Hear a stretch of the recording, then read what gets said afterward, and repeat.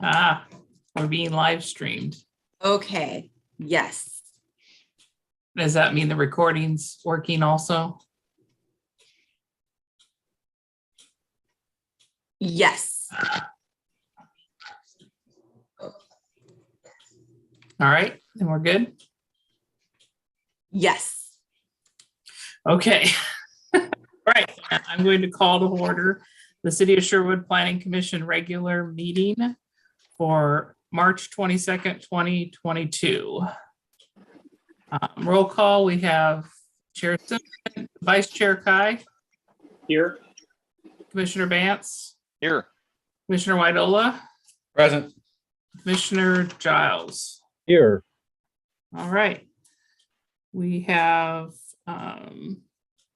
the first item on our agenda is the consent agenda that consists of the March 8th regular meeting minutes.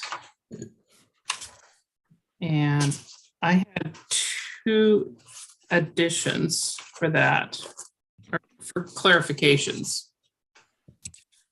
And I'll just say them, and then staff, if the rest of the commission can get if approval. So under the bottom of page 5, it said that Chair Simpson read the chat comments. I think it should be more clear that said, due to the chat items inadvertently being shared with the members of the commission, that's why I read the comments.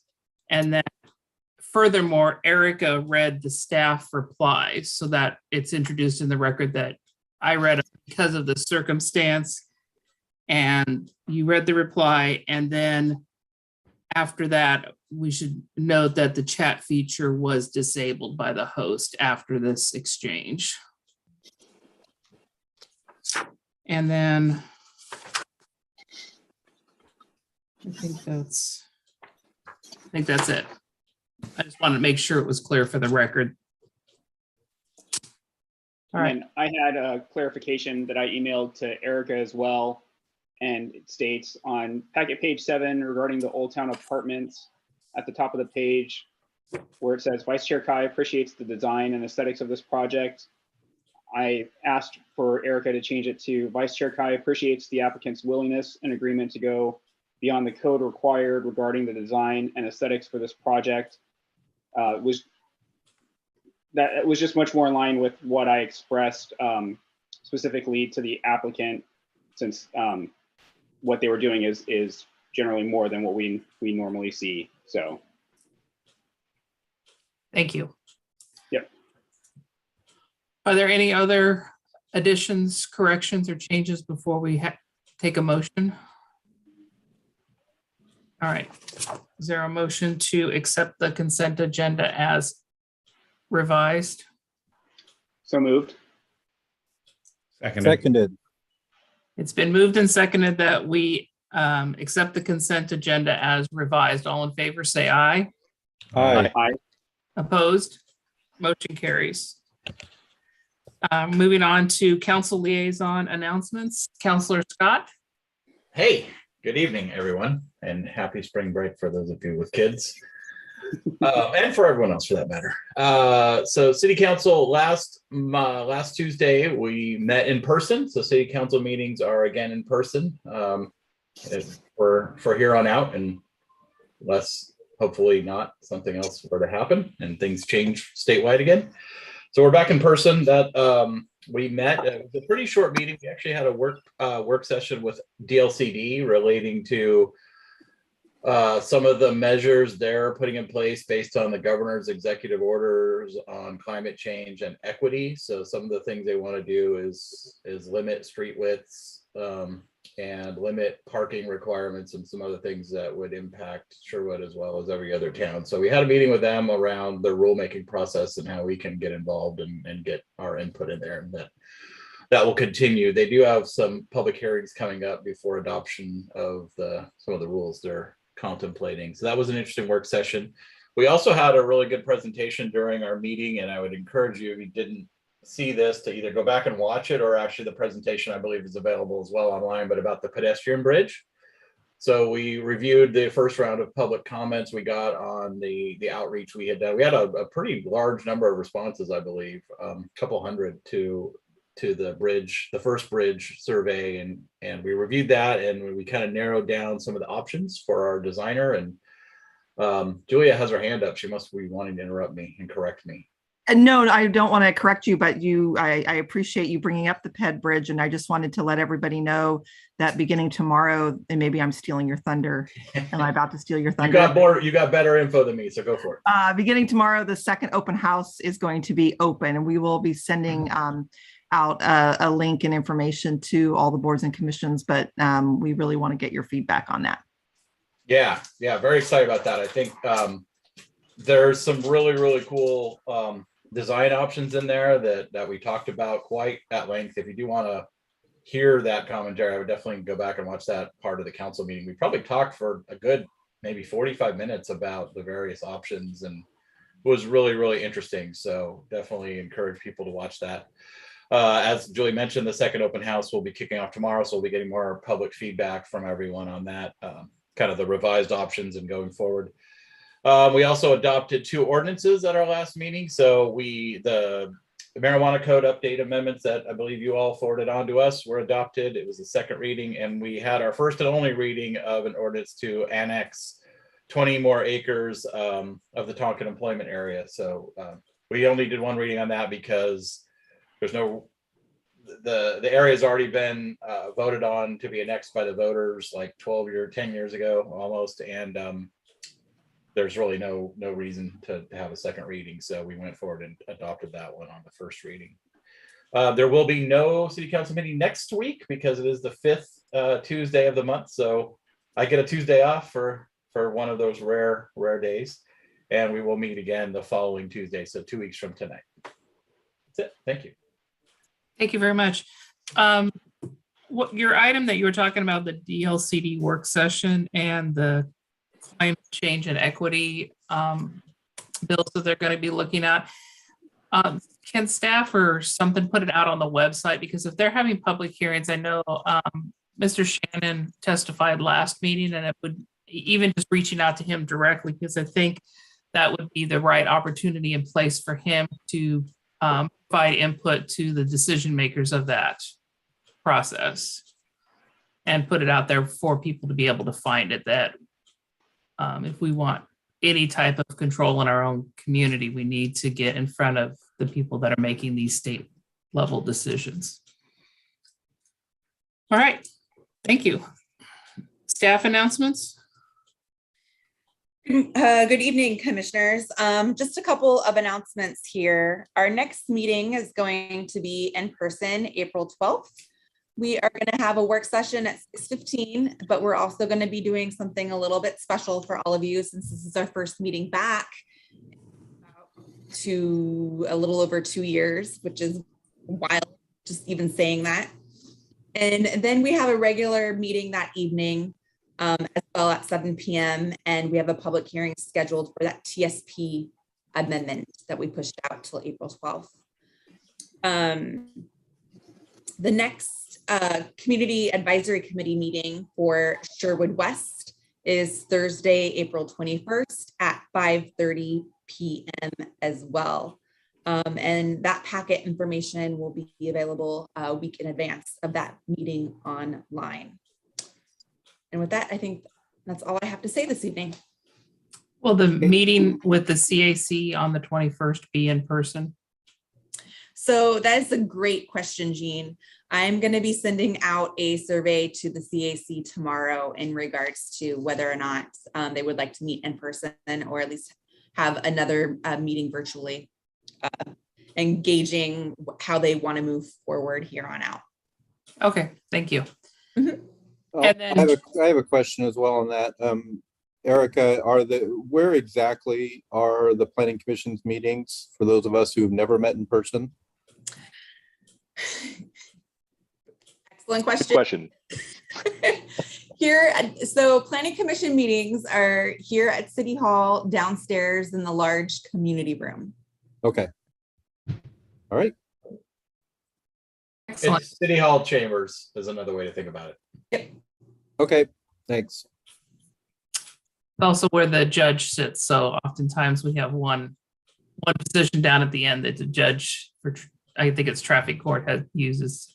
So we end up with sometimes leftover staplers or something down at the end.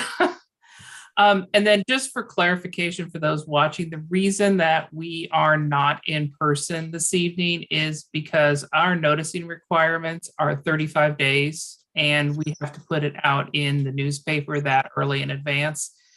And we couldn't change it in time to change this meeting to an in-person meeting. So that's why we're still virtual, because that's our notice was that it would be a virtual meeting. So, all right.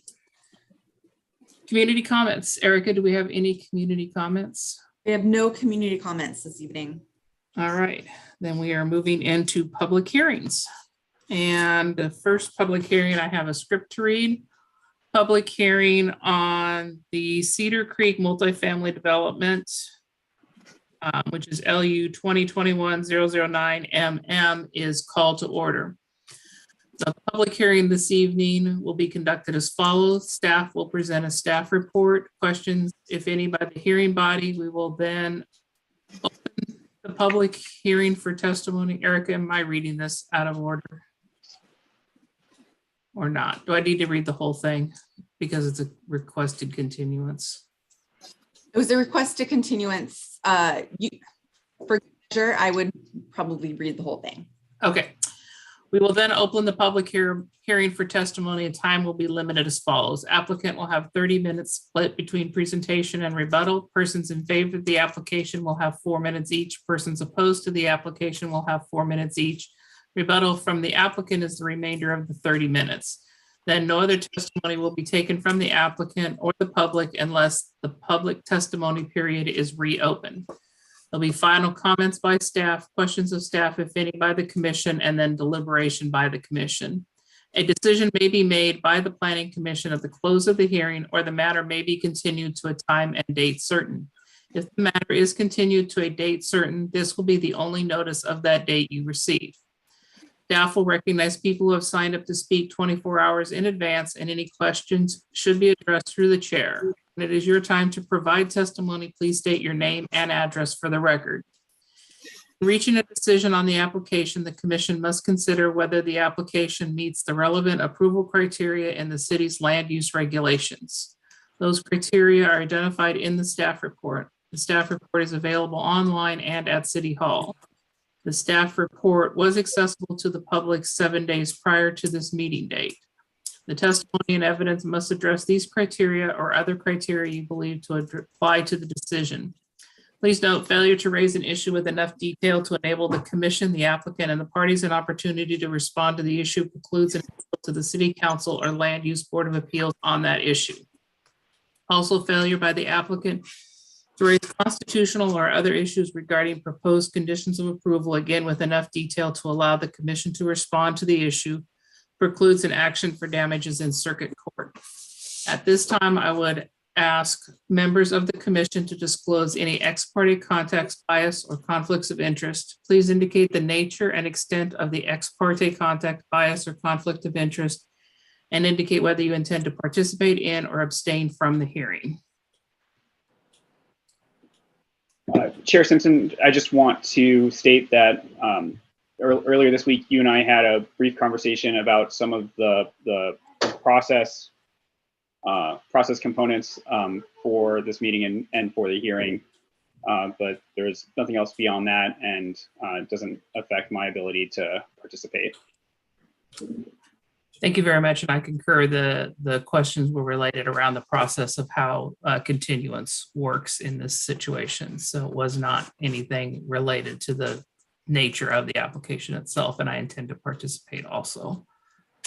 Any other commissioners wish to have any ex parte contact, bias, or conflict of interest noted?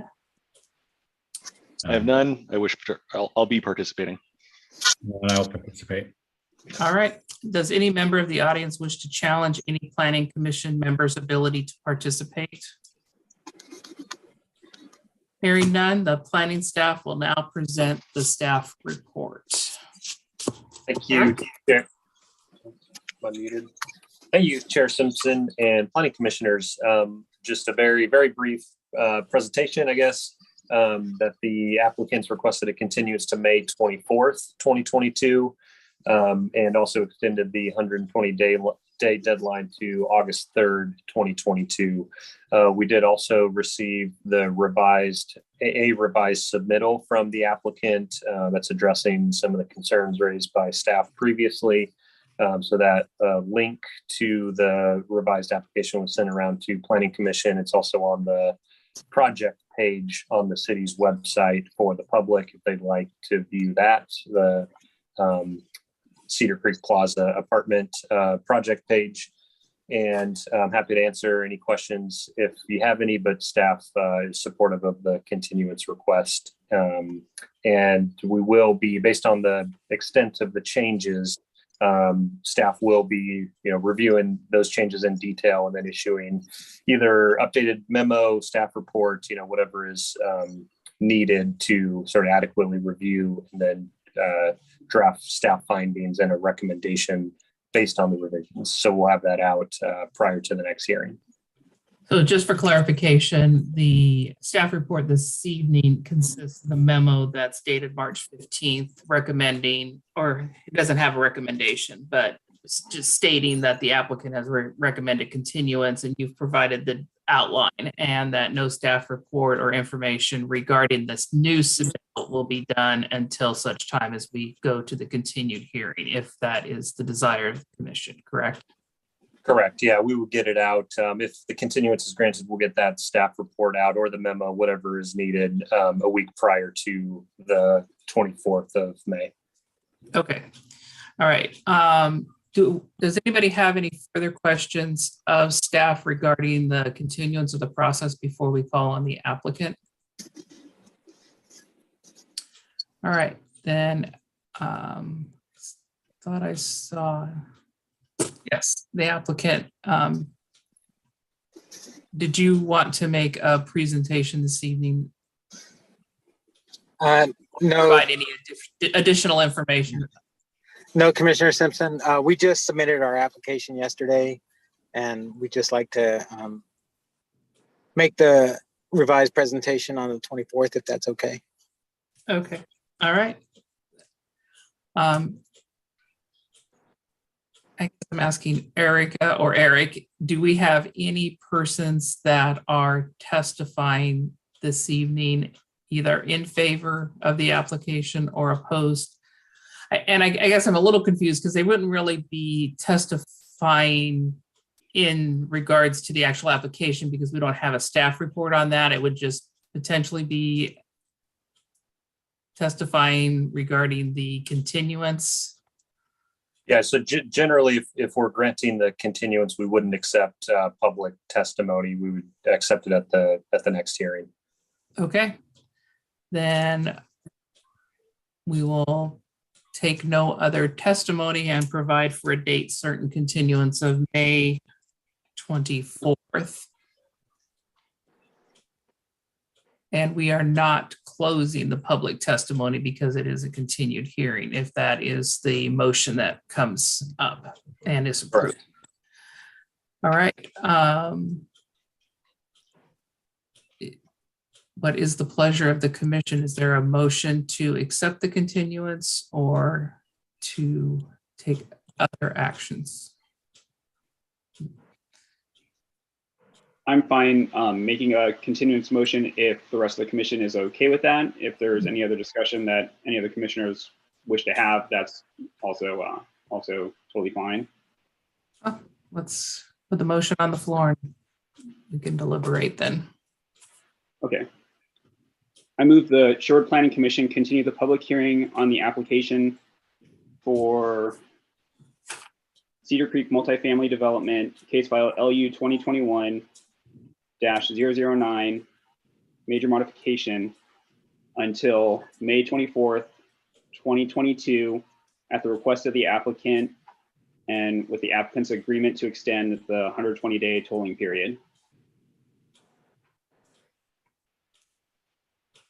I'll second.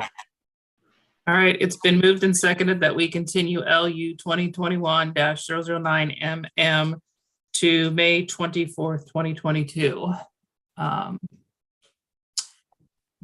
Other questions? My only comment is that we did check the calendar. So when it comes back to us on May 24th, we'll have an opportunity to have a hearing and a continued hearing. And then we'll be coming close to our 365-day deadline. So we'll be making a decision at that time. Either to allow an opportunity in case there's an appeal to city council, but just to make sure that we comply with the 365-day deadline. Correct, Eric? That's correct. Yeah. And if I can just add for anyone watching, it seems likely we'll be in person. Or a combo of, virtual and in person. So just check the agenda that gets released for the meeting to see if we're in person or virtual or both on the 24th. Excellent. Thank you for that clarification. All right. Seeing no other comments, we will take a vote. Oh, Yes. Chair Simpson, I do have 2 comments or concerns that I've shared with staff that might be helpful for me to express for the applicant's knowledge, and then just so that we could get clarification in advance for the next hearings on this. Mm-hmm. So the first concern I have has to do with lot area transfer or density transfer and the absence of addressing that subject within our code. I understand that the applicant had the applicant put forth this plan at the initial time of planning and approval for the original Cedar Creek Plaza, that it would not have been an issue. However, we're no longer at that point, which I feel is a critical matter, since that it has been raised multiple times that what the applicant is trying to do now would not be allowed under our newly revised code. And so my wonder or concern is that if they cannot be held to a standard, a future standard, how could they be held to or how could they benefit from a previous standard that from a point in time that they've now moved beyond. So if we could get clarification on that matter, I think that would be helpful for us.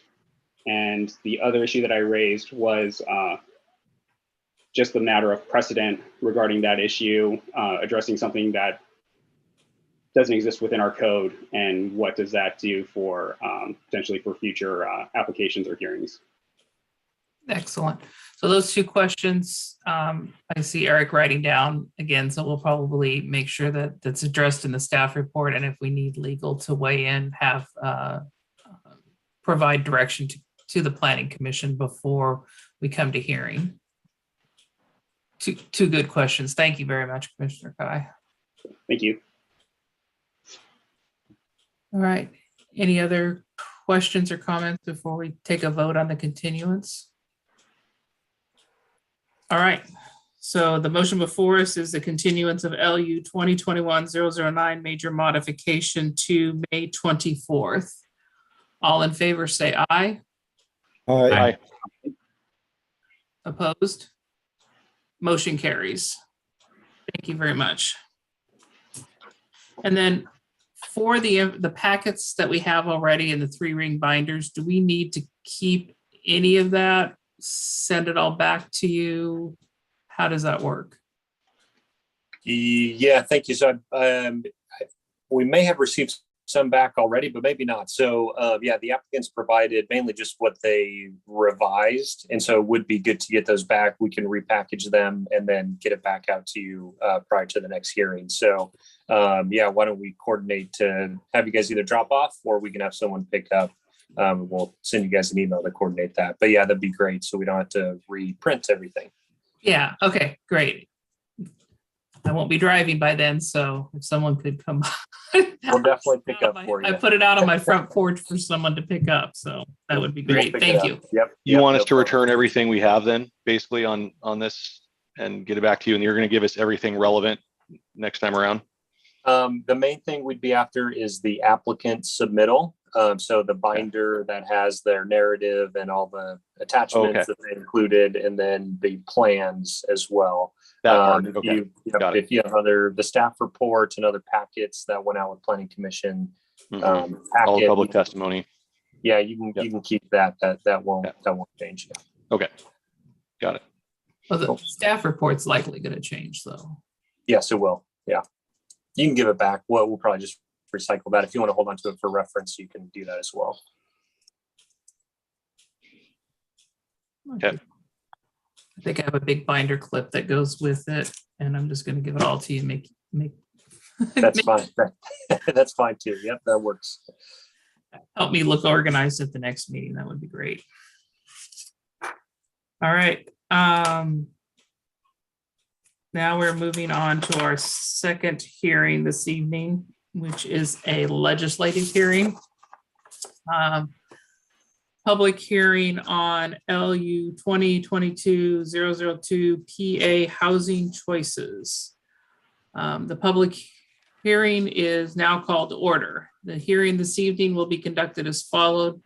Staff acting as applicant will have 30 minutes for presentation and rebuttal. Persons in favor of the application will have 4 minutes each. Persons opposed to the application will have 4 minutes each. And the rebuttal from the applicant is the remainder of the 30 minutes. No other testimony will then be taken from the public or applicant unless the public testimony period is reopened. There'll be final comments by staff, questions of staff, if any, by the commission, and then deliberation by the commission. A decision may be made by the Planning Commission at the close of the hearing, or the matter may be continued to a time and date certain. If the matter is continued to a date certain, this will be the only notice of that date you receive. Staff will recognize people who have signed up to speak 24 hours in advance, and any questions should be addressed through the chair. When it is your time to provide testimony, please state your name and address for the record. As this is a legislative matter, there is no ex parte contact, bias, or conflict of interest disclosure required. So we will just ask if any members of the audience wish to challenge any Planning Commission members' ability to participate this evening. And since it appears to be just us left, the commission and staff, we will move right forward to staff report. Great, thank you, everyone. Good evening. Before 7:30. Erica, can you allow me to share my screen? Yes, just give me 1 second here, Joy. All right, thank you.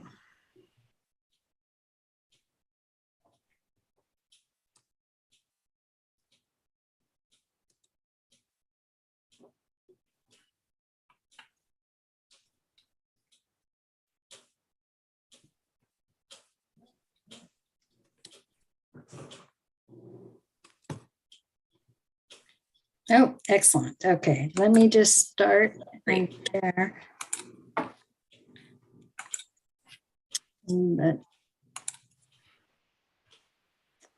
All right, can you guys all see my PowerPoint?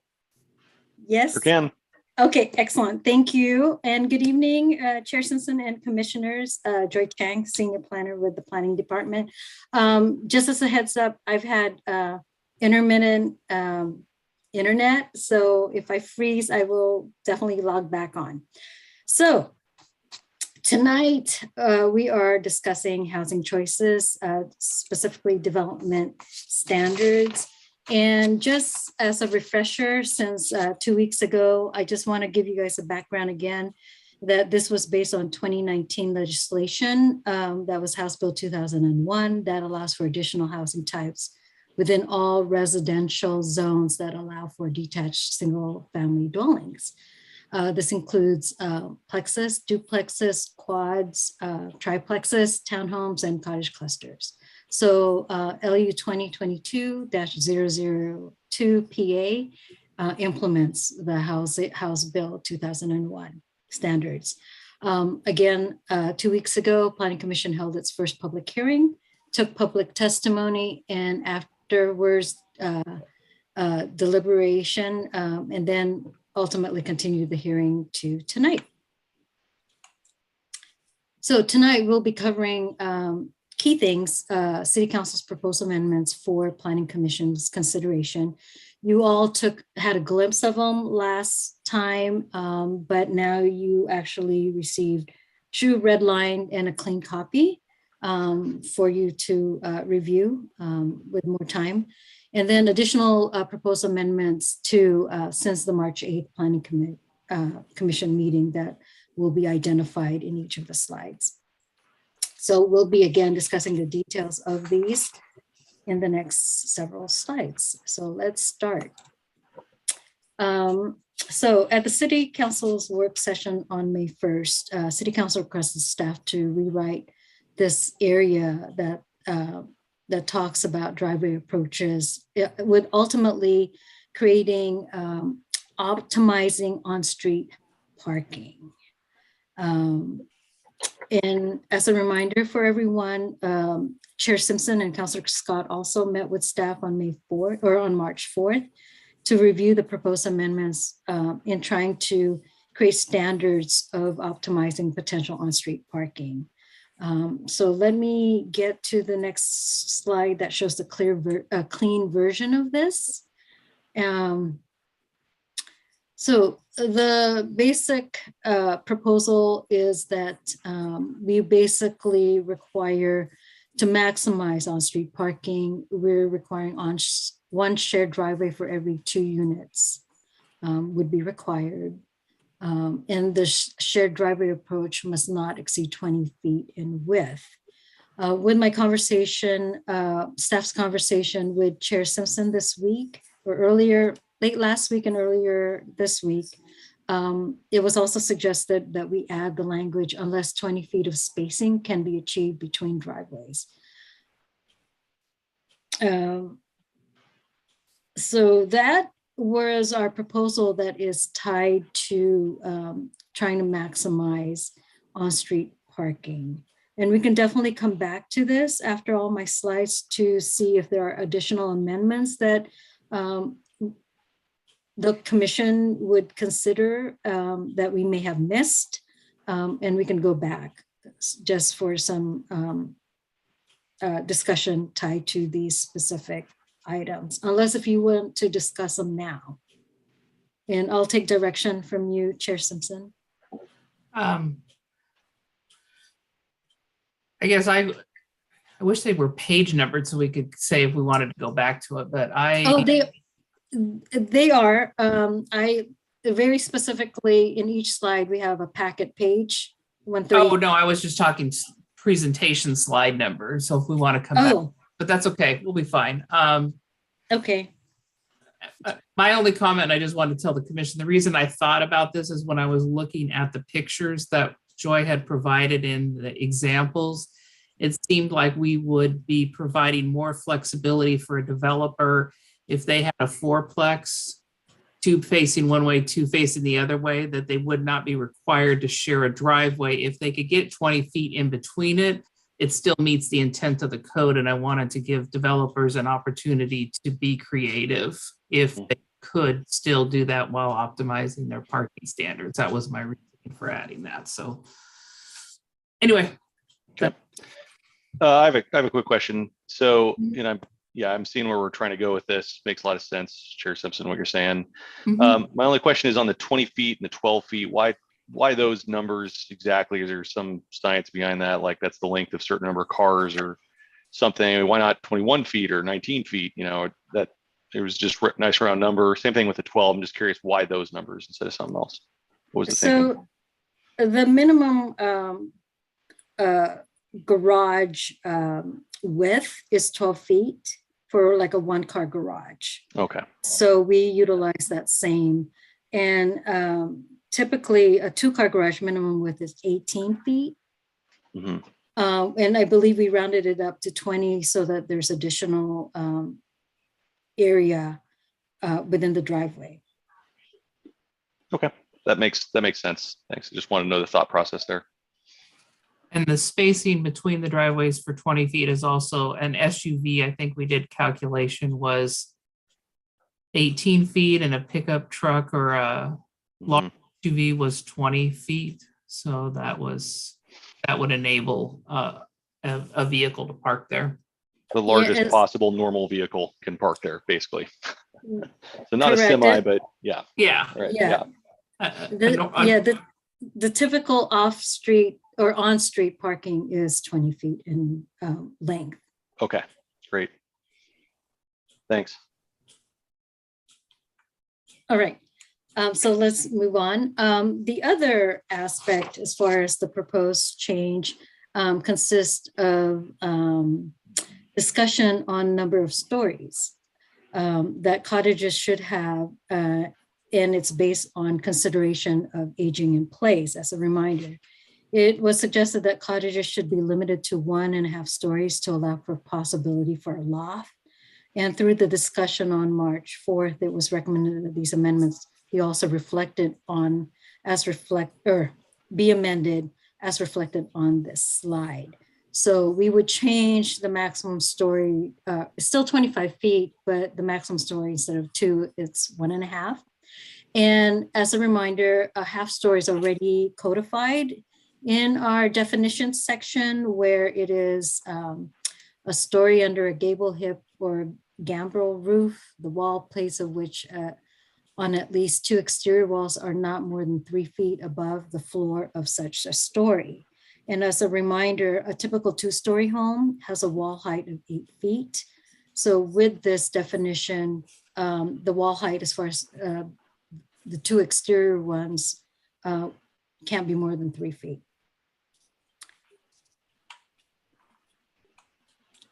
Real quick on that.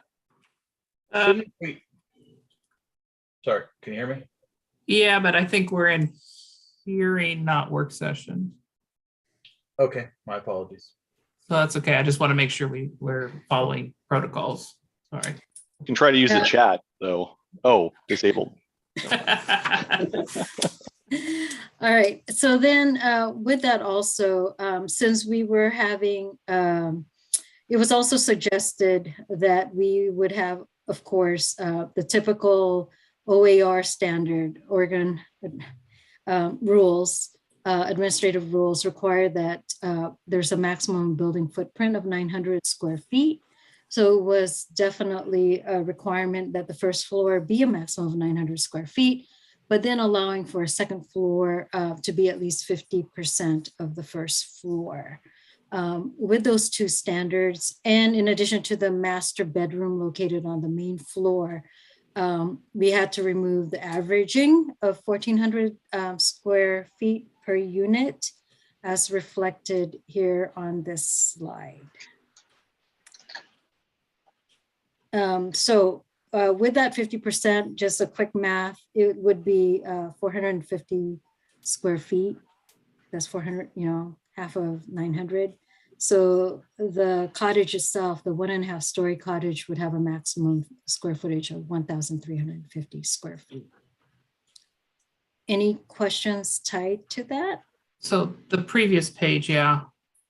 Okay. Make sure I understand. I have something on this one, but if we go back and take them in order.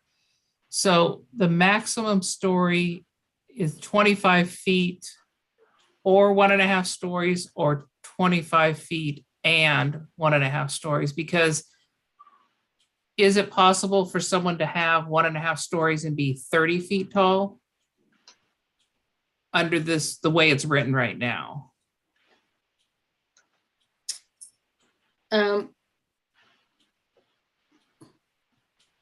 No, they could either have 25 feet. Well, we're requiring the standard to be 1.5 feet story. What? So, Chair Simpson, I understand what you're saying here. And for clarification, I believe it should be 25 feet. It should be 1.5 stories and, okay, two No, or. Yeah. Sorry, not to what was that? exceed Not to one and a exceed half. 25 feet. 1.5 stories, not to exceed 25 feet. That way it's, that makes sense. Okay, So the sum total would be 25 feet of the entire 1.5 stories. That's what we're trying to do.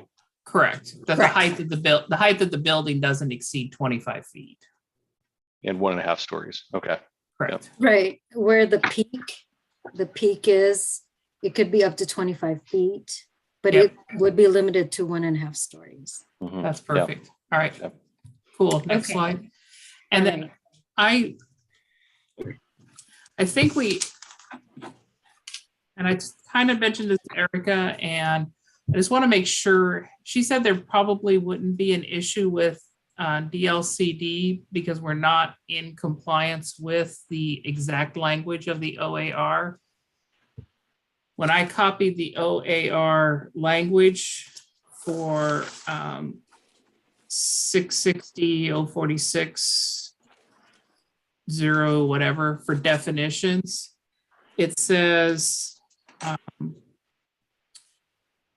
first floor footprint will be less than 900 feet. And I know that it is 1 foot difference, but I know that there's a difference between model code is a suggestion, the OAR is a requirement, and the specific definition in OAR says less than 900 feet, and we have a maximum of 900 feet. And what my fear is if we get it remanded back to us because we didn't use their OAR regulated definition of the maximum.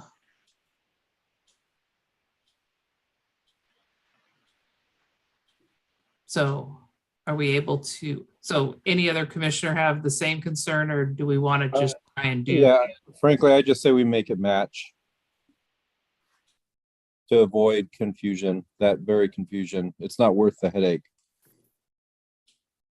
Commissioner Bance or Vice Chair Kai, any other comments? Chair, so can you describe it again, please, real quick for me? So the language that we have drafted says a Mhm. maximum of 900 square feet. Mhm. The definition in the OAR says less than 900 feet.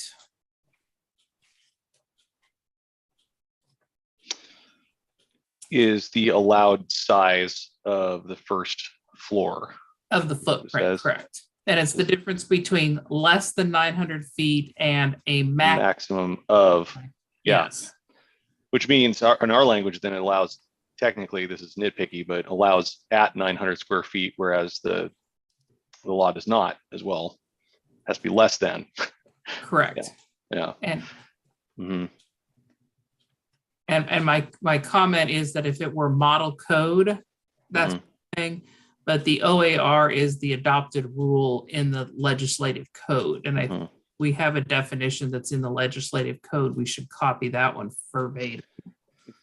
I mean, it sounds right. to do that. I Yeah. agree with that, Chair Simpson. Mhm.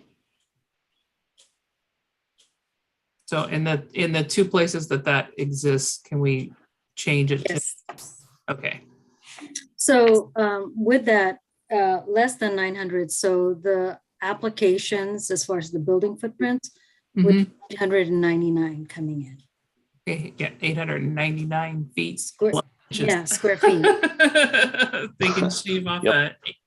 they can shave it Okay. off to make it not less than Okay. 900.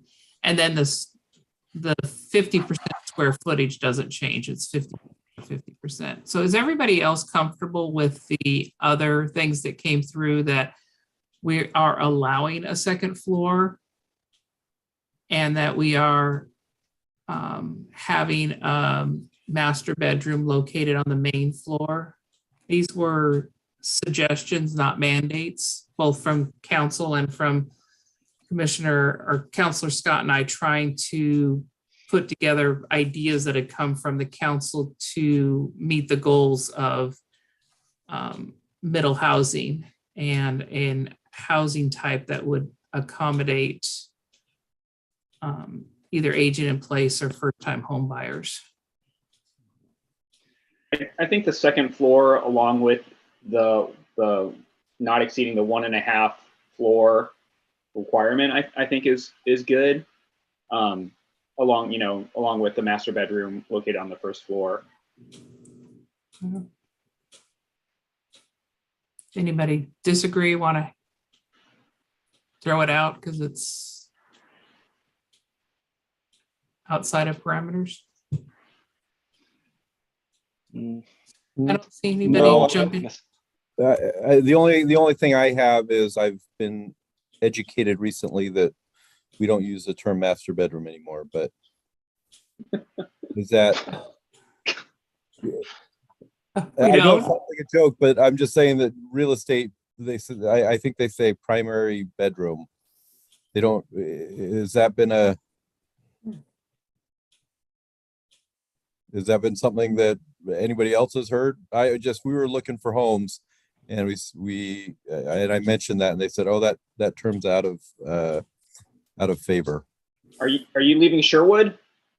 No, we're actually looking to keep our Sherwood home and go to a smaller house in Sherwood so that my wife and I could.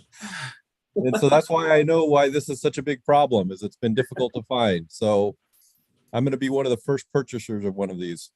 All right. So I'm not familiar with the real estate language, master versus primary. I think it's just more politically correct. So. Yeah. I just, White. again, if we're planning for the next 10 years, and if that is something that changed, I don't know if it is or not. I just took the one real estate agent's word for it. I think right. we should reflect common language, and people commonly use that term. Same thing with, we had this discussion with multifamily before as well. Yeah, that's fine. No. All right. Commissioner Widola. Yeah, I guess I'm just, why do we want to codify where the master bedroom's located? I miss the logic on that. The intent was to have residences that would allow people to age in place. And if we have the master on the main floor, that would potentially encourage development that would be for someone an older resident that wouldn't necessarily be wanting to climb upstairs on a regular basis. I think I'm with Commissioner Widola though, because if we're going for young families though, with 2 bedrooms, I might want my bedroom next to the babies so that I'm not running up and down. I may want to both be on the same floor, right? But we're talking about cottage clusters, which have like kind of a half space up on top, sort of a loft, so which actually kind of raises a point why would we need to put this? I mean, would there be a builder ever that would do that, kind of cram the master bedroom upstairs in that 1.5 space? Maybe, I don't know, but I think with the intent for aging in place, that's a pretty critical component of single floor living. Mm-hmm. Of having that master bedroom on the first floor. So.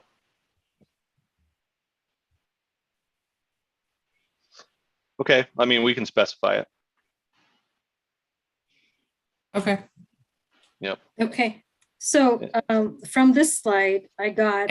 And then the last part would be, it's easy to take it out if it becomes a problem, and harder to put it back in if we're not in the type of developments that we want to encourage. So we can take a restriction out really easily rather than trying to put one back in. So. Okay, and can I just summarize what I heard on this slide is that we are going to fix the language that's tied to less than 100 square feet. We are keeping the master bedroom standard and not changing it to primary. Is that correct? Correct. That's fine. Great. Okay, great. I just want to make sure since I'm keeping notes. Okay. And I'm okay with the second floor thing too. I think it was the other question. Anybody in favor of second floor? Does 25 feet sound right? I mean, how tall is a floor usually? Well, like 10 feet, something like that. I mean, how high is a first floor typically? At a minimum 10. 10, yeah. I mean, most ceiling heights, 10, 12 feet, something like that. So, 1.5 of that were like 20. I mean, I guess 25, that seems pretty tall for 1.5. That's almost 2 full stories. So But that would Go ahead. just be at the peak height of the truss. That's true. Right. Okay, good point. Good Right. point. So, Yep. But you do bring up a good point. Like, so, Joy, what, like, or Chair Simpson, would any type of flat roof construction Mhm. potentially be Yeah. allowed that would not have gambrels or angles? Like, would we potentially get a square structure that is 25 feet in height on all 4 corners? No. And the reason being is we're defining the half story is already defined where Okay. it's up to 3 feet on On the side. the side. Gotcha. Okay. So it would not be habitable. Okay. So the Okay. way that we're changing this particular language, it's now going to be 1.5 story not to exceed 25 feet. Correct. So we'll change all this text to say 1.5 stories not to exceed 25 feet. Mm-hmm. And in just as a point of reference, regular 2-story is 30 feet, Oh, okay. if that helps. Okay. Cool. So that taking away that extra 5 kind of lowers it to 3 feet on the outside, and that it'll kind of work itself out. Okay. Yeah, Yep. that makes sense. All right. Okay, excellent. Thank you, everyone. Right. So, and again, there were several changes to proposed cottages. And one of the key ones that's different is that per council's direction, it was identified that garages should not be allowed in cottage clusters, but carports are acceptable. Council members felt that garage space would be utilized as storage space instead of its true intent for vehicle space. So amendments were made by eliminating garages in the cottage cluster section. In addition to that, Chair Simpson also identified a discrepancy between individual attached and detached carports.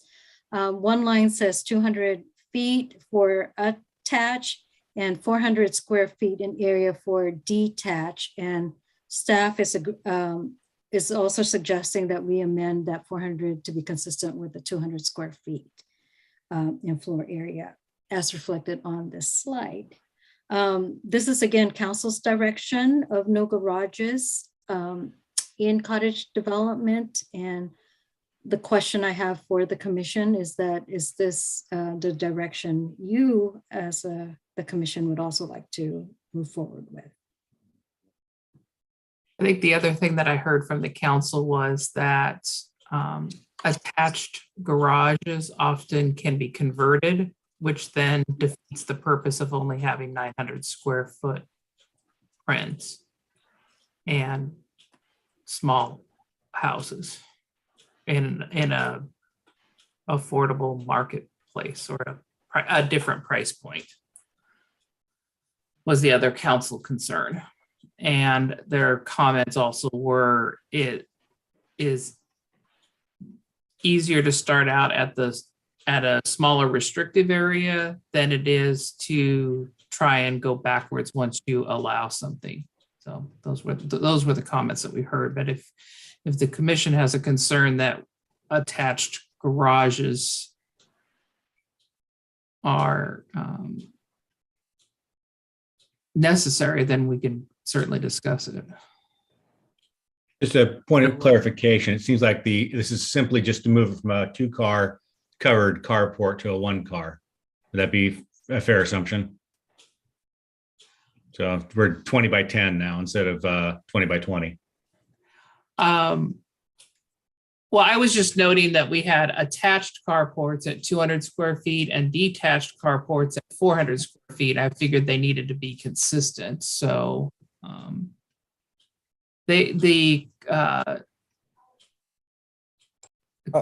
have a question. So I guess one stall carport, yes, but then do they have a carport in addition to the parking space that they would have in the parking lot, so that a cottage would, how does the parking count work for that? So, because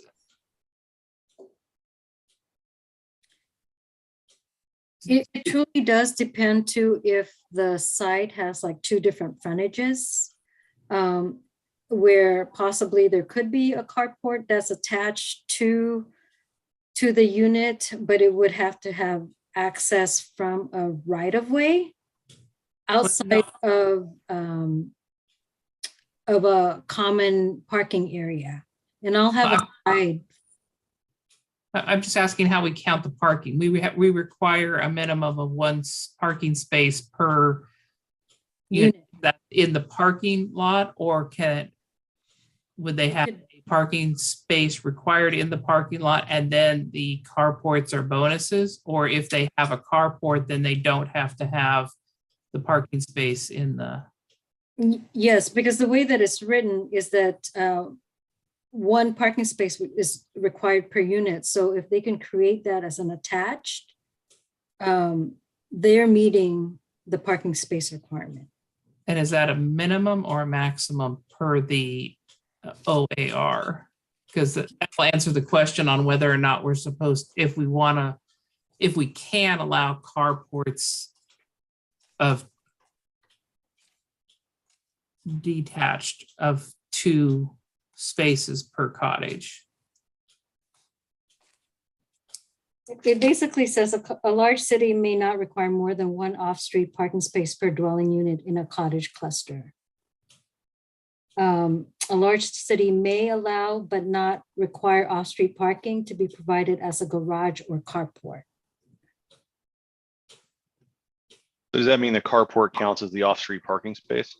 Yes. So they can do a parking lot or a series of carports. Or a carport.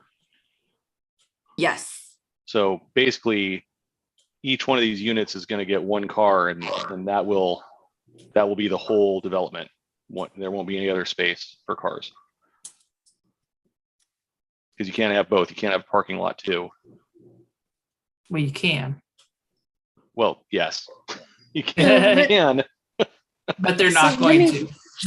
Yeah. So let me just give you an example. Here's one that I created, basically meeting our standards in regards to, and this example is a 10,000 square foot lot, 100 by 100, identifying our common area that's at least 15 feet wide, and with 7 units that has to have an area of 1,050 square feet, along with the pedestrian connection. It also identifies the 6 group parking allowances that we have, as reflected here, and then a 4-foot space for landscaping that would separate the next parking area. So if, let's say, the carport was here, the only way for the car to be accessed if this was another roadway on the right. Oh, are the houses drawn to scale? No, the footprints are. That's 900 feet? Yes, but yes, 900 feet. Because what I did was I did it on graph paper and lined all the work. So yes, those are 900 square foot building footprints, along with the setback standards. And these are 9 feet by 20, because that's the typical for a 90-degree parking space is the requirement, with a 24-foot driveway access point. So the house doesn't make any sense that it's drawn to scale. A parking space is 200 square feet. That house is not 900 square feet. All right, so maybe my math was wrong, but I used a 1 inch over, but 1 inch equals 20 feet. So I can redo it, but I'm just trying to make a point that if there was a carport here, here, there has to be a secondary access point for them. So they would either, yeah. Whose requirement is it that we can't have garages? Is that OAR, No, that's, city council? yeah, it was, the council's comment was they were concerned that if garages were added, attached garages were added, they would be converted to living space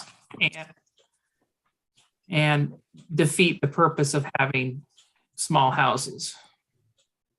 Okay, I feel like we're getting a little bit in the weeds on telling people what they can do with their homes on that. I feel like, if you use your parking spot, yes, we don't tell anybody else in the city that they have to park in their garage, right? This would be the only time where if I want to park up the street because I want to have my garage filled with stuff, I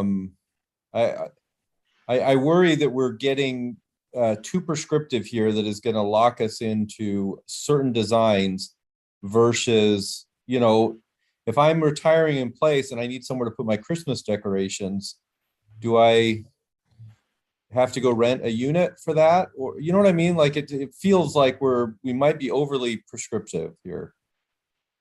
But with parking restrictions as difficult as they are, I do think it's important to maintain parking for parking. And I think council's concern about it either being converted to living space, if not living space, storage space, I think would be used very readily. And then the parking situation just then gets worse with everyone fighting for off-street parking instead of using their intended parking. Also, point out that we're not talking about homes in the sense that they have just owned homes and lots here.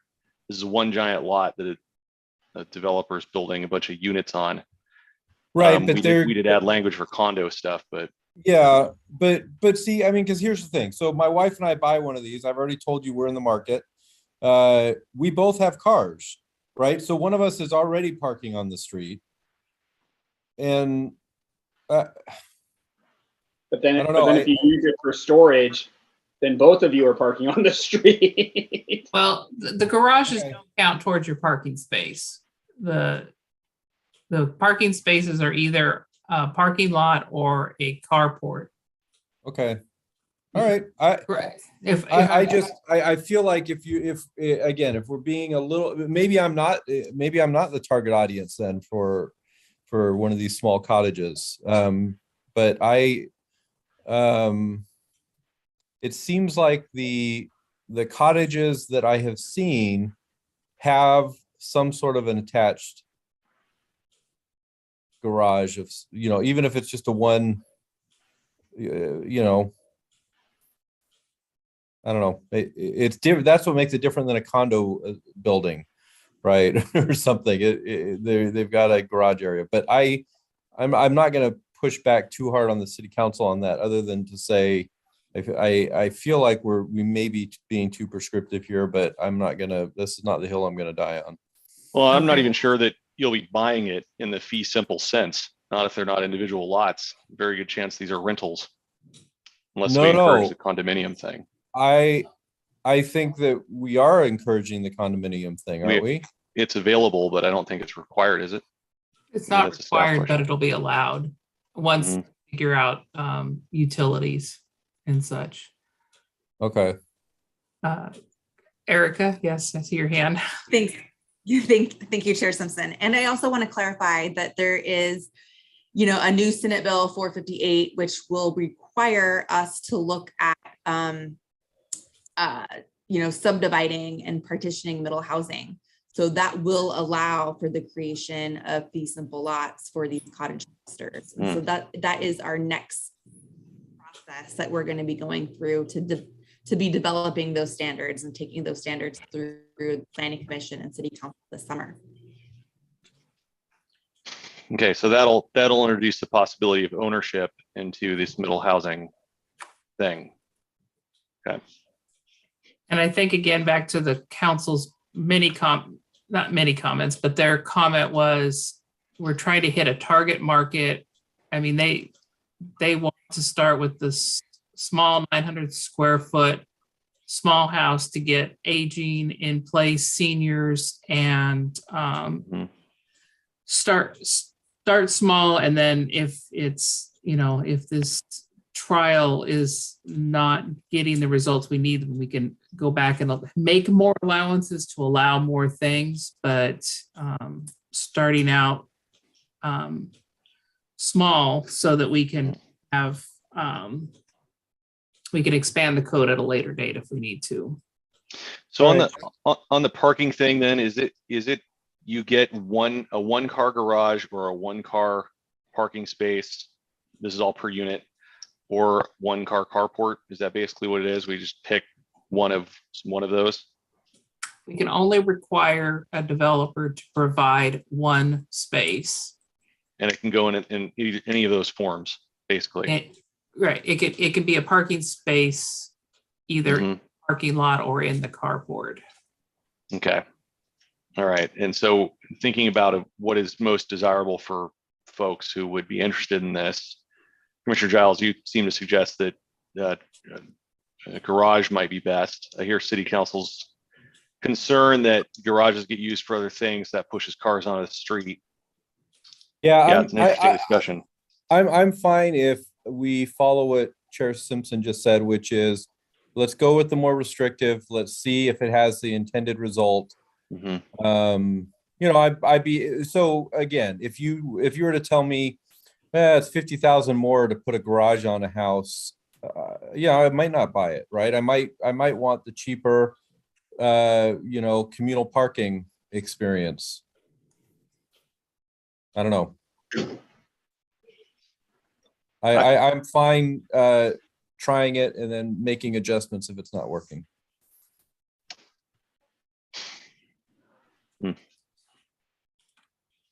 So, Okay. Well, I like having a garage personally, but I'm also probably not the market for these yet. So I don't know. It seems like carport's probably the right middle ground. It's not just an open lot. At least there's a space that's covered. I can see going that route. Yep. I heard Commissioner Wydola is concerned about 200 square feet. That's a parking spot. Yep.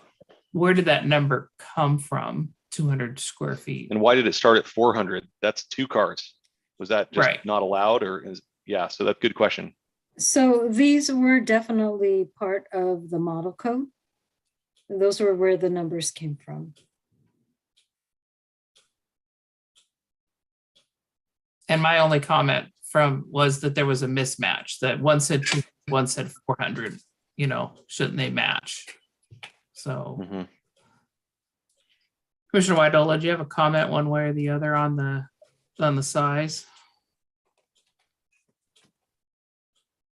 No, I was just curious on, with the methodology behind that, because it does seem like you're going from an individual detached carport of 2 spots down to 1 spot is how I read that. Where we could have gone the other way, where attached carports could have gone from 200 up to 400. And I was thinking the examples that Erica, I think, sent out earlier this week with the location up in the state of Washington, I believe, where they have detached garages and open parking. Are we envisioning that a developer would have detached carports for one? You'd have an option for 1 covered parking and 1 uncovered parking. Is that the hope we're trying to get from this? Yeah, I agree, because I was trying to wrap my head around individual attached or individual detached carports Because usually aren't carports like you have like 4 of them lined up in a row? Mhm. Yeah, it'd be like individual spaces with umbrellas over them. That's what Yeah. we're looking at here. Yeah. So, But there is, I mean, the way that the provision, the OAR does allow, basically they say that 200 square feet can be exempt from that 900 square foot limit. if it's a garage, Right. so. Hmm. So maybe we don't even need that number 2. I mean, do we need to restrict carports? I guess that's a question altogether. I mean, do we need to limit the carport at all?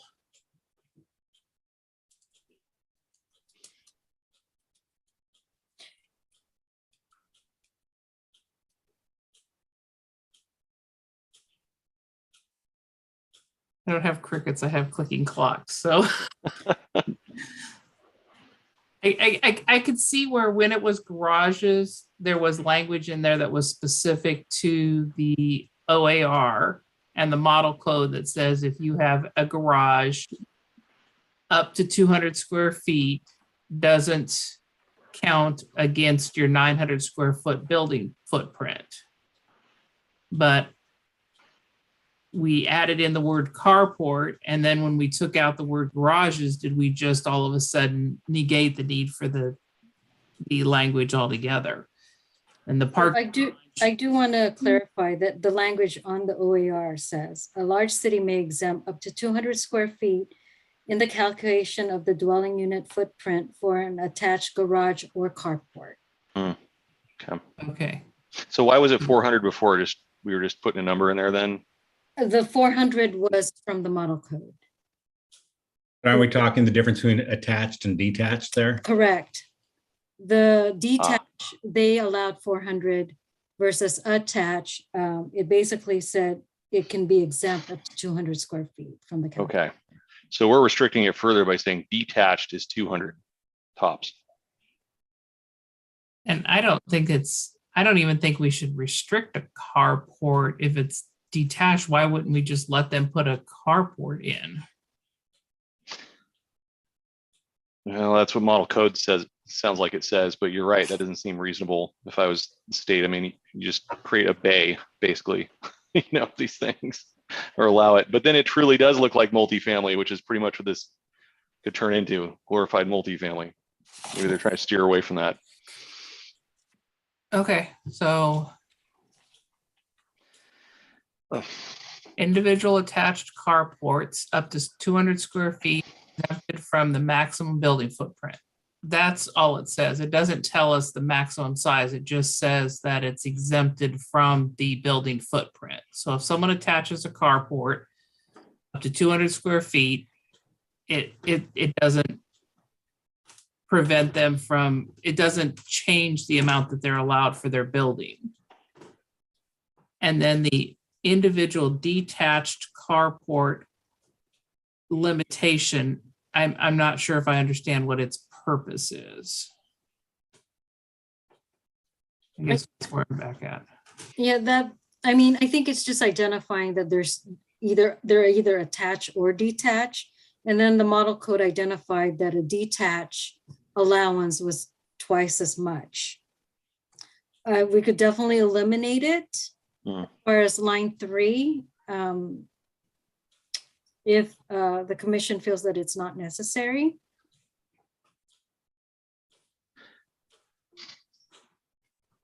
My guess is when they wrote this, there was probably concern from people about, hey, what if we build a garage? Will that have to count toward the total square footage? And so they probably just carved out language that, okay, we're going to clearly stipulate that up to 200 square feet is not included.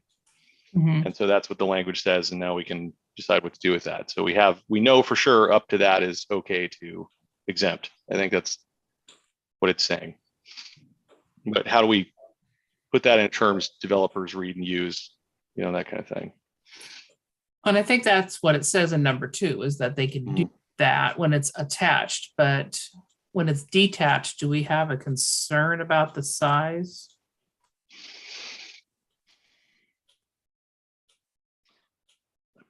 I mean, I'm okay with more square footage. Is the only reason we struck the 400 is to match it to the 200 up above? Is that the methodology there? Yeah, I read it and said, oh, well, if one's 200, shouldn't they both be 200? And that was maybe not me reading it clearly and understanding what it was. The most important part of these two changes, though, is garages being stricken from the language, and this is just purely carports. Mm-hmm. Correct. Yeah. And we can change the 200 back to a 400 in item 3 for all intent purposes. Well, my experience many moons ago living in apartments is you had one covered spot and then everything else was open park. That was one covered spot that was reserved to you, and then everything else was open parking. So it was I'm fine with this language. Fine as amended, or as in the 200 for consistency, or keeping the 400? Commissioner Waidola. Well, my opinion, I'm fine with the striking of the garages and then going from 400 to 200. I think to quote Commissioner Giles earlier, it's not a hill I look to die on. As far as I have a strong opinion. I just want the code simple, straightforward, and easy to work with for developers. Okay. Perfect. Any comments on that? I advanced to. Yeah. Yeah. Sorry. Personally, I'm okay with 400 square feet for detached carports, but it's fine. If this was kind of guidance and this is where everybody's agreeing on, I think it's probably okay. It does make it consistent. Okay. And like I said, I misread it. I thought 200, Yeah. 200. So it could be 400 for. So. Commissioner Giles, do you have a reading one way or the other? Take a general consensus vote. We got a 200, we got a. No, I think I would prefer at least frankly a 200 garage. I don't think that a shared carport is any worse for me than a private carport. I feel like they're pretty equivalent in my experience as an apartment dweller. And so, I think your counsel of let's see if this more restrictive gives us the desired result. And if not, we'll adjust it. Okay. This is a maximum, isn't it? It's just, I mean, they don't have to do all 400 if we put it there, but it does allow for that kind of extra parking. Correct. I don't know. I am kind of leaning toward the 400 on that. These are detached carports. Correct. Attached to the building. If developers want to go up that high and they can sell them and make it work, and that gets a little more car space, it seems like it's fine with me. I think that's the direction I'm leaning. Is that, Okay. do we run into problems if that looks like we're requiring them to have 2 spots? It's not exceed. Nope. It's a must Okay. not exceed, so that allows them Yeah. to do whatever they want. Yeah. Right. Gives Let's them do the that. flexibility. Commissioner Vance, if you're looking for an argument from me, you're not going to get one. That sounds good to me. Okay. All right. So Well, I wasn't trying to start an argument. A debate, if you will. Yeah. So we agree, we'll just go back to 400 and Yeah. allow them the flexibility to build more covered parking if they want. There you go. And drop That's- garages and see how it goes. Yeah. All right. Sorry about the maybe we'll have confusion. community feedback. I mean, this is a public hearing, I don't know. Maybe Yep. over time we'll get some public too. All right. Okay, There we go. great. If they want to do Yeah. 400, they can do up to 400. Okay, we'll keep that. And a as far as the carport. Original language. Sorry about the diversion down a rabbit hole. All right, so the next proposed change has to do with the community building. Through previous discussion, it was suggested that cottage building standards be modified by definitely removing it with that 1400s averaging and removing the 900 square foot limitation, requiring it to be one single story with a maximum of 1800 square feet, with the primary use of the building not being residential. And it was also suggested by Chair Simpson earlier this week, which was yesterday, that the original sentence of 6A and B be split, where it basically says the one single story community building, and then splitting the secondary or the primary use for the community building is not residential. It was one sentence with two thoughts in it, and I felt that was needed to be two sentences. Can we talk about what would be allowed then? If this is residential zoning, this is N. If we say it's not residential in residential zoning, what are they gonna put there? The community building would be fitness center, meeting rooms.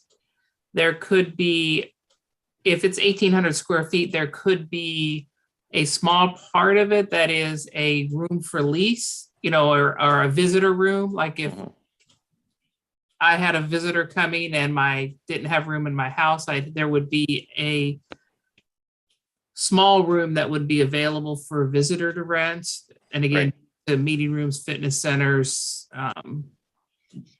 Yeah, I get the intent. You don't want them to use this to have somebody live in. I think that's the idea. But by saying it just can't be residential, we open the door for something crazy, like, okay, or somebody's going to put a retail shop right in the middle of it.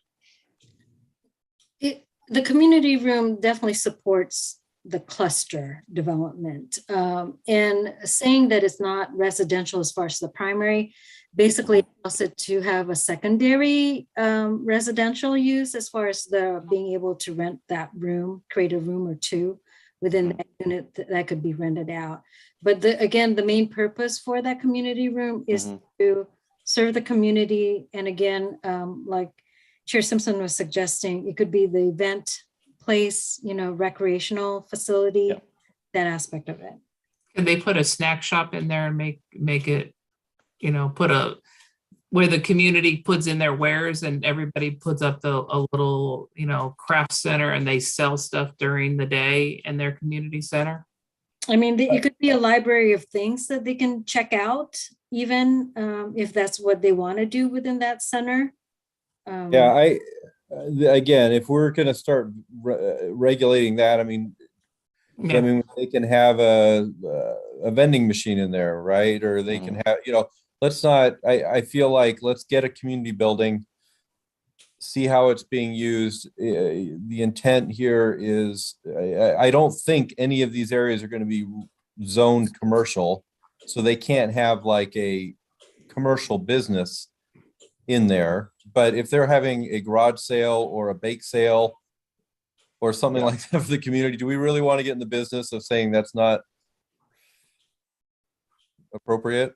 No, I agree. I guess I'm just worried that my main concern was that by saying, hey, something in a residential zoning is not to be used for residential purposes, what does that imply lawfully is allowed for the developer? Oh, good, I'll put a Starbucks in the middle. Maybe it seems like an extreme case. It is still residentially zoned. I just don't know if we're overriding that by putting this language here is all. Primary use for the community building is not.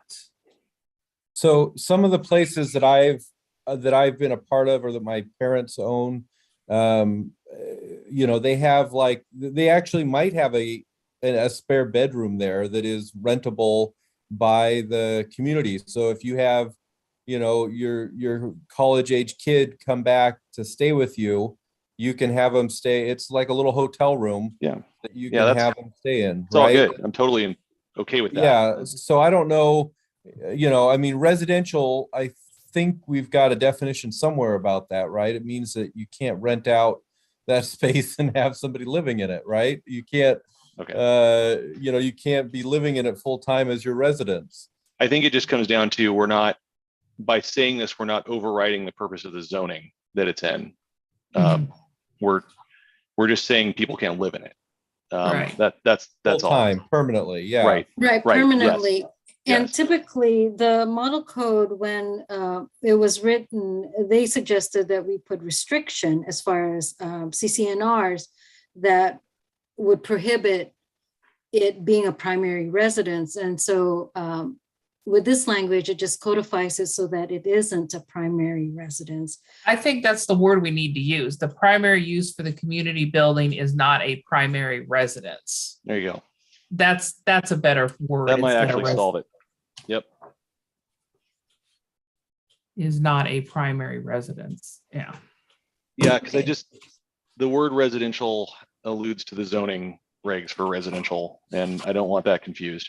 That, That's a good somehow call. we're unzoning this particular one building, no. Yep, that's a good call. Okay. Yeah. Okay, we can definitely make that minor change. Perfect. And then, Likelihood was low, by the way, but this is code, so never know.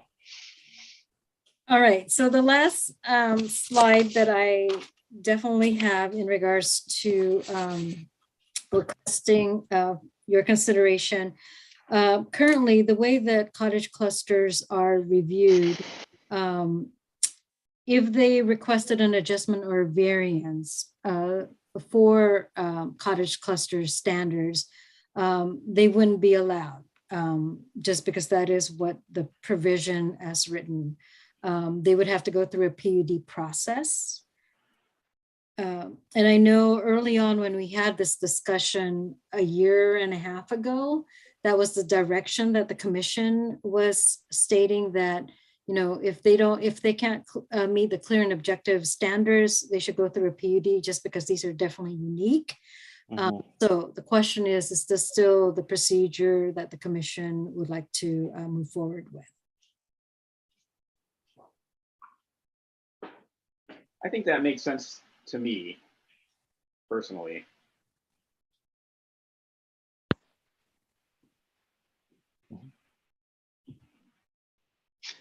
Yeah, I'm okay at least starting that way, and we'll see how many of these get changed.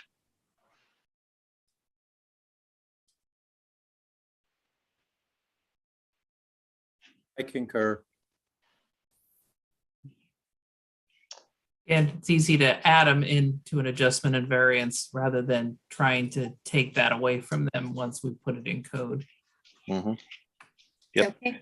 All right. Thank you. I just wanted that verified. Excellent. And then I guess this isn't up to scale as I was hoping that it would. I was so impressed with myself, but took half a day to make this. And I guess the house footprints, I need to look at my graph paper again.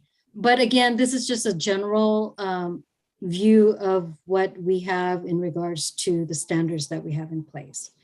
The less than 900 square foot building footprints with a 15-foot common yard with 150 feet of common area per unit. The clustering of 6 parking spaces with landscape strip of 4 feet in between. Yeah, I just wanted to show this to you guys just so that you guys can get a visual. But again, this is a 10,000 square foot lot. So, and with all the provisions that we require, it looks as if, just with my rough drawing, we were only able to fit 7 units. Yeah. Do they need two? Do they need the 2 common yard? Well, I guess it's not really drawn to scale. We'd have to redraw. Right. Understand. And the only reason that there's 2 common,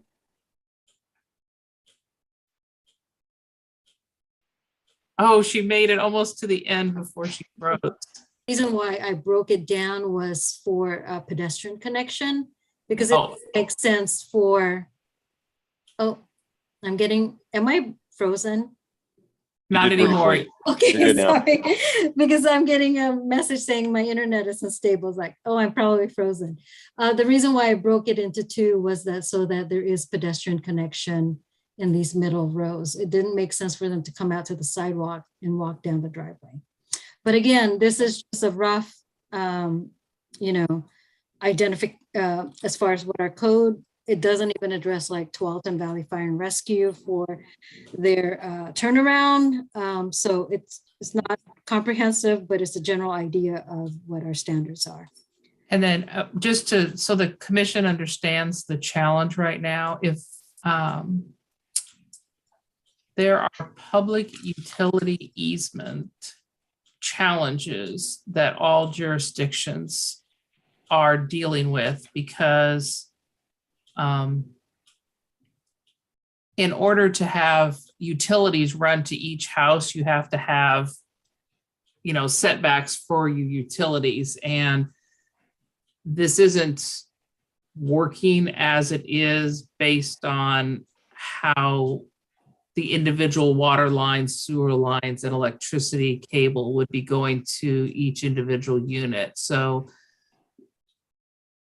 in order for an individual cottage to be on an individual lot, we can say that in our code, it would be allowed, but when you start looking at the infrastructure, there's no mechanism that would enable those public utilities to be configured to make it work at this time. Correct, Erica or Joy? That is correct. But Chair Simpson and Commission, like Erica pointed out before, we're going to be implementing Senate Bill 458, which is the Middle Housing Land Division.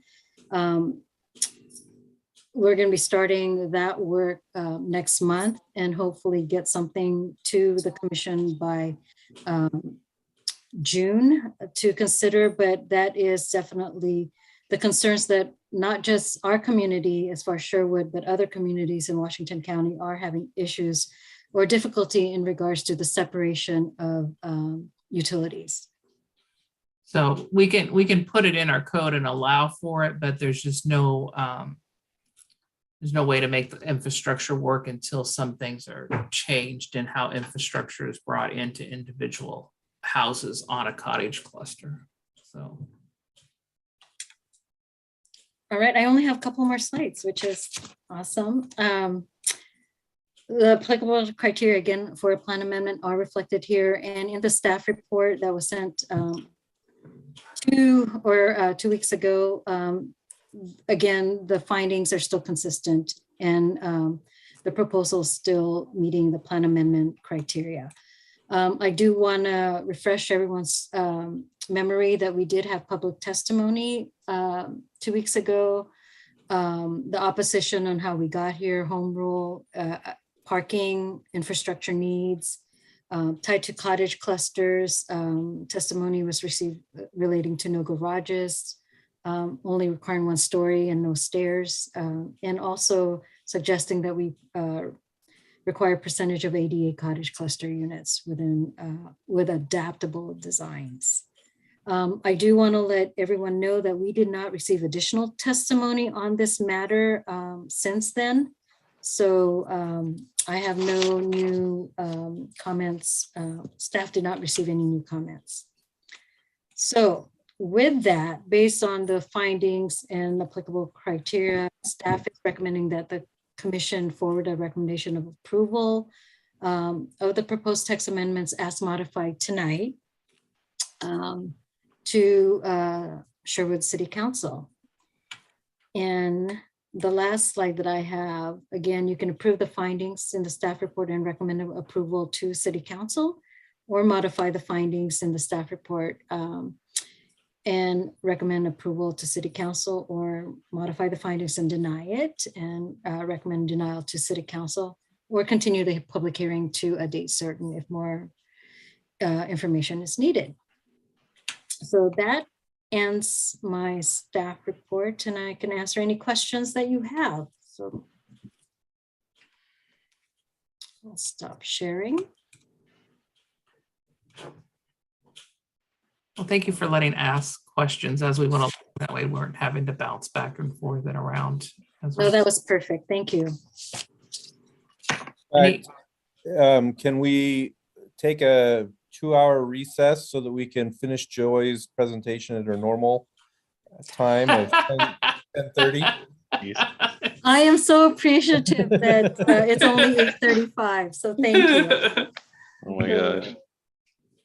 I'm trying to, I was there, would just make a motion if everyone were okay with that. real quick, was there, I hate to go back to this again, but the parking thing, is there a minimum parking requirement, at least for cottage clusters somewhere? I just can't remember where, I'm sure It's 1 unit.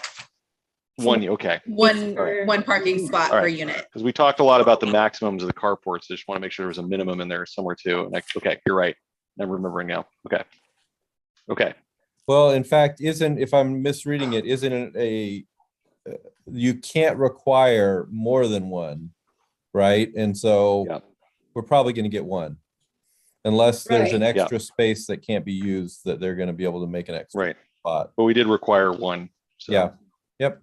Okay. Okay. Good.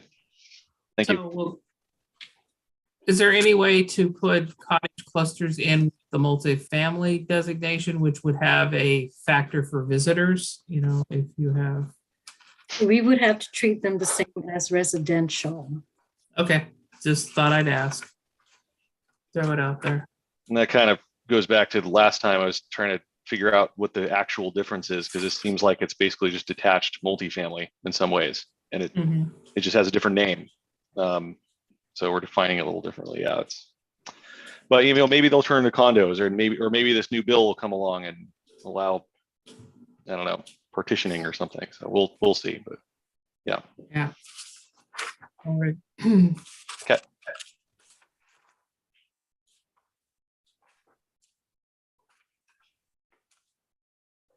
Does anybody All else right. have any other edits that they found in their review of code that we did not address in the previous slides that Eric or Joy presented? Typos, changes, additions, questions?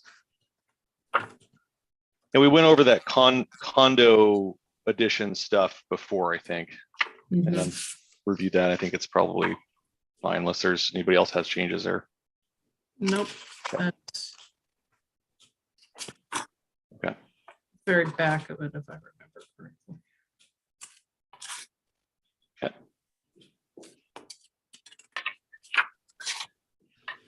Another big one, send off to council. Yep. Are you ready for a motion then, Gene? I think so. I don't have anything else. I mean, I have a couple of things, but they're out of scope, out of the scope of this thing. I guess I will ask the question and then let the commission think about it. So I went back and read the OAR. It's 660 046 starting at 0200. And we've been told from staff all along that we have to allow it in all areas. And I don't know if this is an aspect that could be incorporated into the Sherwood West, but 660 046 02053, option A is allow it in all areas that are currently zoned residential. And then option B is to allow, you can apply separate minimum lot sizes and maximum densities for triplexes, quads, cottage clusters, and townhomes, as long as it's this whole chart. Triplexes allowed on 80% of the property, quads allowed on 70%, townhomes allowed on 60%, and cottage clusters on 70%. And so I'm not sure.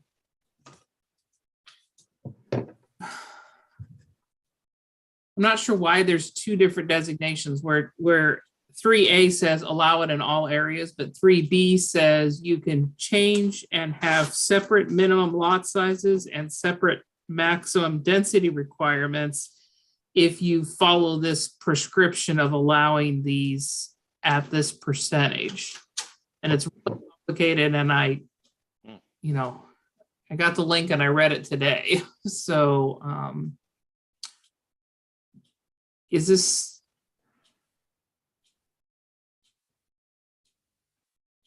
I'm introducing something really complicated right at the end. Yeah, no kidding. Right.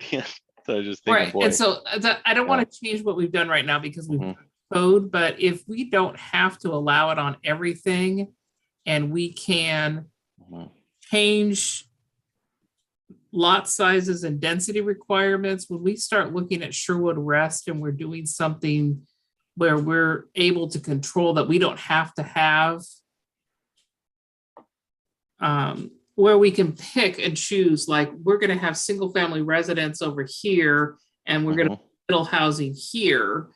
and we're going to try and focus our development. Is that what that's intended to do? And we didn't look at it for the existing Sherwood because it's almost fully developed out. And when we go into Sherwood West, this is, I guess I was just kind of blown away that I hadn't heard of this as an alternative through any of our previous, and easy, I could have missed it before, but I'm just surprised that I was the first person to read and mention it.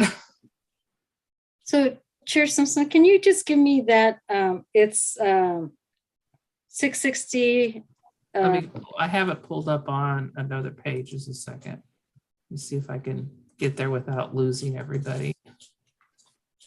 I just want to make a note of it because I have the actual Division 46, and I just want to make sure. If you knew how uncoordinated I was for this stuff, it's 660 046 0205 is what I wrote down. But now to try and go back to that page, I'm afraid I'm going to lose my Zoom meeting by clicking the wrong 0205. Okay.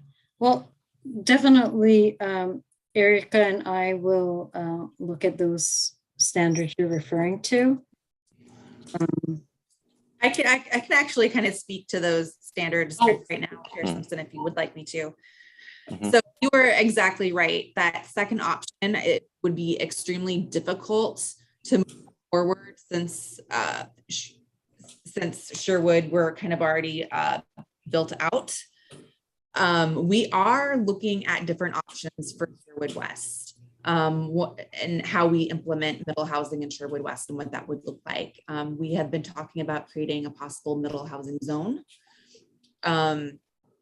A middle housing zone wouldn't have to comply with this OAR. And then we're also looking at, within, creating, residential neighborhoods, looking at that second option. And if we create this middle housing zone, what type of flexibility, additional flexibility it will give us in those residential neighborhoods. So we are taking that into consideration. Okay. Okay, so appreciate you explaining that. I was reading through it, trying to make sure that, I guess boringly enough, wanted to go back to the OAR when we were looking at definitions to make sure we were on task and we weren't going to get remanded back for missing something. And in looking at it, I went, wow, why weren't we ever presented this as an option to say we could do some sort of creative planning when it comes to implementing middle housing in Sherwood? And right now, I don't know of any other city in the state that is using that option currently. Okay. I think it's worth looking at, though. I think we need to have a follow-up discussion about this. Yep. So, thank you. So, that was my last comment. If someone's ready to make a motion to move forward with this hearing, that would be great. So I'm ready to make a motion of recommendation of approval to the City Council with modifications contained within tonight's hearing. That seems to be where we're at. Is that correct? Yes. Okay. I move the Sherwood Planning Commission forward a recommendation of approval to the City Council for housing choices LU 2022-002 based on the applicant testimony, public testimony received, and the analysis, findings, and conditions in the staff report, along with the modifications made in tonight's hearing. I'll second. All right, it's been moved and seconded that we forward a recommendation of approval on LU 2022-02 PA housing choices. Any further comments on this before we take a vote? All right, all in favor, say aye. Hi. Aye. Aye. Opposed? Motion carries. Thank you. And again, my apologies for tending this down a path on 400 square feet. I misread the intent on that. Any other planning commission announcements? I have two requests. I think one that's still out there, which is the comprehensive plan. I don't know how long it takes for, I have my understanding that there's a third party company that prints these things out. But before our next hearing that has to do with any type of residential build out, the commission's going to need a copy of the residential design standards and the code that was recently implemented. I got lost in trying to figure out adjustments and variances and realizing that my code book is completely out of date. So if we can get updated, that section of the code updated, printed, and sent out, so we have that before the next residential hearing, that would be wonderful. Thank you. Commissioner Whiteola? Yeah, question for Erica, maybe for Chair. Status on our empty slots on the commission. Are we moving forward with finding some warm bodies to fill that up? Mm-hmm. Yes, we have 3 interviews later this week. All right. Thank you. All right. All right, any other items for the? I have a couple. We're in the, well, first of all, we're in the planning commissioner announcements discussion part now, right? Yes. Public hearing closed. Yes. Okay. Public hearing closed. Yeah. So regarding the hearing material, sometimes I think probably a little more clarity would be good in how that goes.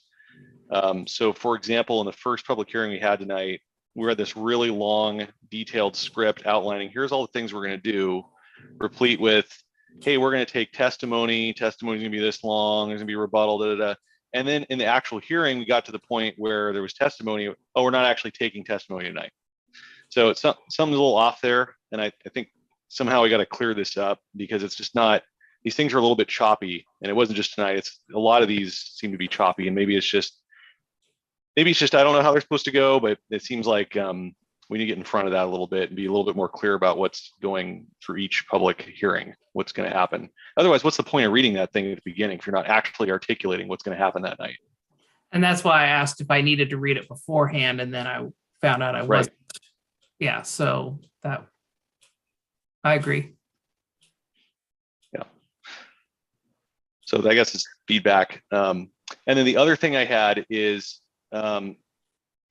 earlier at one of our earlier public hearings, it was the one you were technically out on, Chair Simpson. We were going around the room doing ex parte contact, and we were bringing up, oh, I talked to city staff, I talked to, some other committee, whatever, and the city council, the city attorney, stepped in and said, that's not ex parte contact. Talking to between each other with staff members or other representatives, or officers or something, and he defined that as the commission as well, does not qualify as ex parte contact. So I might have misheard that, but if that's the case, then it sounds like we can place phone calls to city staff and talk about some of those, even quasi judicial, and not have to report as part of that ex parte. Now, maybe some clarification and just making sure what I just said is true. But that would save us kind of this nervousness of, oh, I talked to council or I talked to city staff just to get some clarification or whatever. Any thoughts there? You can talk to any staff member and ask any questions. It's not considered ex parte contact. Talking to another commissioner, a counselor, or a member of the community, anybody other than staff is ex parte contact if they provide information that's not part of the record that everybody else read. Okay. So if you're walking down the street and happen to be going past the part that's about to be in front of us, in front of a hearing, and the guy standing next to you happens to say, hey, here's a piece of information not everybody knows, and you overheard it, that is ex parte contact, because you now have a piece of information that no one else on record has. But staff you can have any conversation with staff. Okay. I interpreted it as a little bit more broad than that, because he used the word officers or something. And I said, wait a minute, does that include planning commission? And he said, yes. So, but I might've misheard that. So I appreciate you clarifying that. That's good. I won't go down that track then. Eric, if I misspoke, let me know, but those are the rules Okay. I've always Good. operated under. So I'm glad I asked then. Need to get that clarified. Yeah. So that's it. Yeah. And my last thing for announcement is I can't be here on April 26th. So I'll be out that night. We're on vacation. 20 so 26th. Oh, 26th, I think I said. Yeah. Is that? yep. Yep. Hopefully we'll have a couple more commissioners by the 26th. Right, Erica? Hoping. Yeah. Yep. Cross fingers. Yep. All right. Commissioner Whitehall, you have a comment or question under planning announcements? Nope, just left my hand up, forgot to lower it. Sorry. Okay. Yep. Oh, I am so excited next meeting to be able to see everybody in person, and the meetings. There's, like you said, there's so much to be gained from being in person, and the debrief after the meeting where we can actually just say, hey, that worked great, or that didn't work great. Let's revisit how we do that. So very much looking forward to seeing everybody in person. Mm-hmm. All right. Be good. If there's no other business before the planning commission, we can adjourn. All right. Hearing none, we are adjourned. Thank you very much. Thanks, everybody. All right. Good night. Have a great week. Thanks. Bye. Thanks. Bye.